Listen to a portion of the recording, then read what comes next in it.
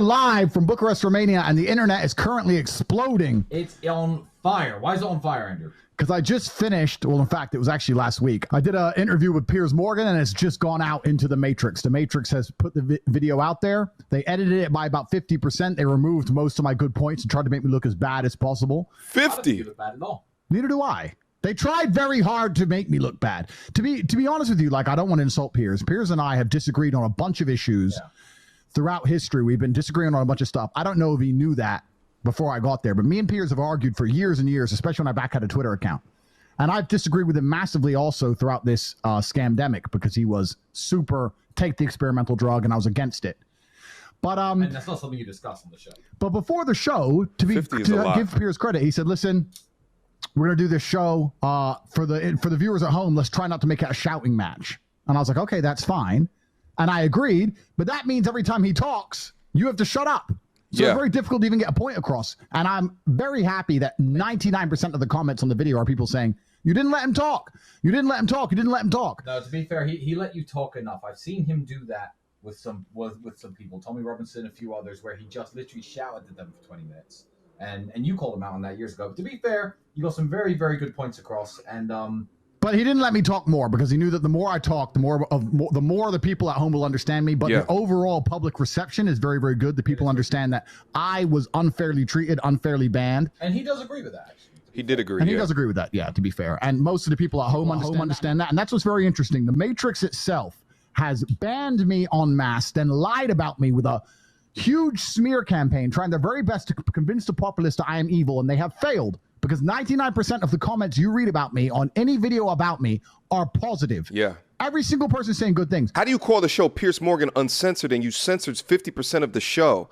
How does that happen? But in all fairness to Piers Morgan on controversial figures, he goes in on them. He'll cut them off in conversation, but to start off and say, let's not get into a shouting match when he's doing everything to instigate a shouting match.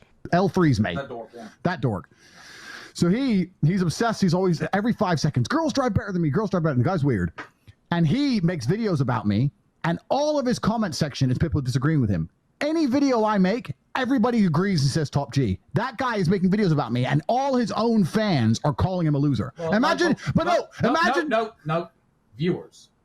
Not fans. Don't say fans. We have fans. They have viewers. But imagine sitting on the internet all day, every day. Difference. Imagine being him, right? He wastes his life doing reaction videos. He doesn't do any of the cool shit we do. He doesn't go on yachts. He doesn't fly around on private jets. He doesn't live a fun life. He's sitting there doing reaction videos all the time, and that's his life. And most of the comments on his own videos are calling him a loser. Like, is that just some I like to be abused shit? Is this some self-machoism weird? Like, because he wears dresses as well. I put the picture up before. He likes to wear his dresses, and he's obsessed with girls being better than him at driving. Is it just like a submissive thing? Yeah, Piers Morgan, I actually really liked the interview. I think it was great. I think that he came at you, as he probably should have, with some of the hardest misconceptions and the biggest out-of-context points. But that's, I think, what the audience and a lot of people who are unfamiliar with who you are really wanted to see.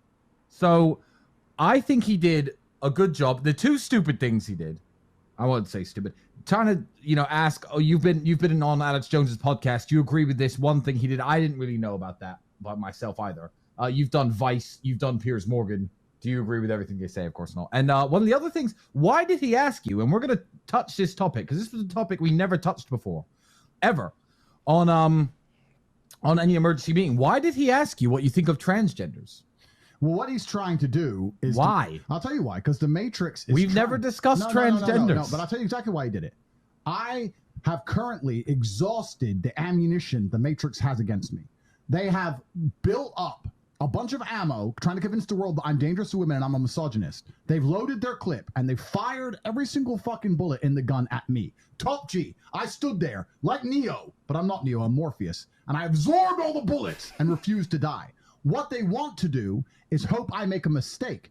So they asked me loaded questions of what I think of trans people, so I can sit there and say, well, I don't agree with that. So they can start a new campaign. Yeah. Controversial kickboxer and well-known misogynist who's now anti-trans people, and they can start all over again. They're trying to make me make a mistake because they can't print the same story twice. And their old stories are boring, and no one wants to hear it anymore because everyone knows it's a fucking lie. So they're trying to trap me, and that's why I didn't answer the question, because I know exactly what he's trying to do. And you know what, though, for the record, I have one of the most simplified opinions on trans people that I don't understand, that most people don't get, and most people don't like to talk about.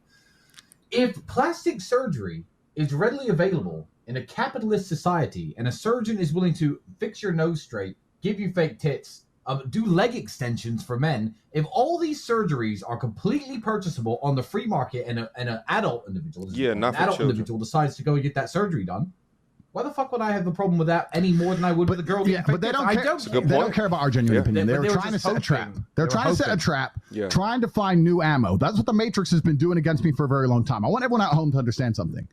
I know I'm the one who's been living this reality. You guys have been tuning in for the show, but I got canceled nearly 2 months ago now, and I've been living this reality. I've been dealing with the consequences of being canceled en masse. I've been dealing with the consequences of reporters contacting everyone who's ever known me, trying to get stories about me that don't exist, people trying to lie about me, people being bribed and offered huge amounts of money to tell stories that aren't real. Damn. I've managed to contain and control it all. Every single interview is a trap. Every single Matrix-led opportunity is a trap, all of it. People don't understand how difficult it is to sit there, listen to a guy who constantly interrupts you, answer his questions. And the reason if you actually analyze very carefully, there was a slight microsecond in some of my delivery, which is unlike me, is because I was analyzing his speech for traps. I knew what he was trying to do. I'm trying to make sure that they don't get a new bunch of ammo to restart the machine, because the machine is almost out of fuel. Right. They have nothing more they can do. They have nothing more they can say to me. The machine's almost out of fuel. It's done. So because of that, they're trying very hard to try and find something and get something. So I'm very, very careful. So that's why the entire internet's blowing up. But all the comments are positive, completely unlike the guy who wears the dress, who loves girls to be in charge of him. No idea. He must love getting beaten up. He must love getting beaten up by girls, bro. No. I'm sorry. I know you told me not to go down this route. I remember the one word he always says about driving is empirical evidence, empirical evidence, empirical evidence. And it's annoying because he talks about crash statistics as though that's the metrics of a good driver. There are no female and male segregations in driving. It's a completely fair battlefield. Unlike basketball, unlike running, unlike swimming. Reaction time. And of the 771 Formula One drivers that there have ever been in the history of the sport, 5 have been women. So, like, empirical evidence, shouldn't he just, like, agree that he's wrong? No, the guy's a loser. No, but isn't that, like, his whole thing? His own fans hate him to the point that his pinned comment on his own video is, "Oh, go defend Andrew Tate below." Like, he imagine giving up your life to the internet and nobody even likes what you say. Imagine us spending 3 hours here and everyone talking about how H3 is better than us. We would never do that. But it's the opposite. Everyone's here saying we're top G's and those guys are losers, and they're sitting there just getting insulted. I think they like being abused. Maybe. I think that's why he's like he's a submissive. He's a fan of your favorite rapper, who we'll get to in a minute after a few super chats. You know what? I didn't even consider this, but to be the most Googled man on the planet, I'm sure that they have interns and underlings at these media companies that are tasked with digging up as much of your past life as possible to try to further expose you. And I find it ever more interesting that there's nothing within his past life. In fact, there's people that have come out to talk about Andrew, women specifically, about his character outside of whatever character that he was playing that got him kicked off of the internet. So if the people in your background or your history can't verify you being a misogynist, and if you give examples and you demonstrate clips that have been taken out of context, if you watch all that and you still hate the guy, then you probably have to check your own perceived biases. The portions of the interview that I think Andrew probably did lose was the one where he was talking about property. And I think the way that Piers Morgan was structuring that argument was a little bit more coherent as to why utilizing the word property is problematic, if you want to use that woke term. And then also watching who refers to himself as the top G be overrun by Piers Morgan in a conversation wasn't really top G-esque. But at the same time, I'm so happy that Andrew Tate held his composure during that interview, because it really demonstrated how to conduct yourself in an intellectual conversation when you're being approached by the ops. But yeah, taking out 50% of the video was absolutely crazy to me. You'd have to imagine that they have to take out some component of the video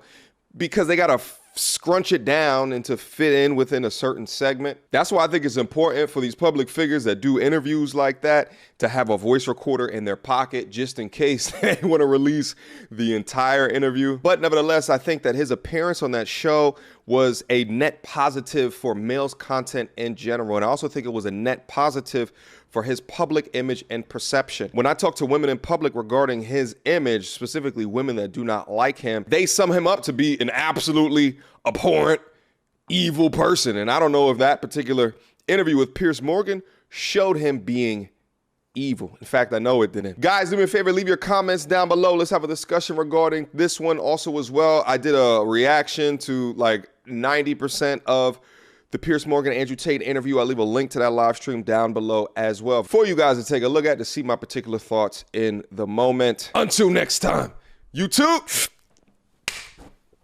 peace.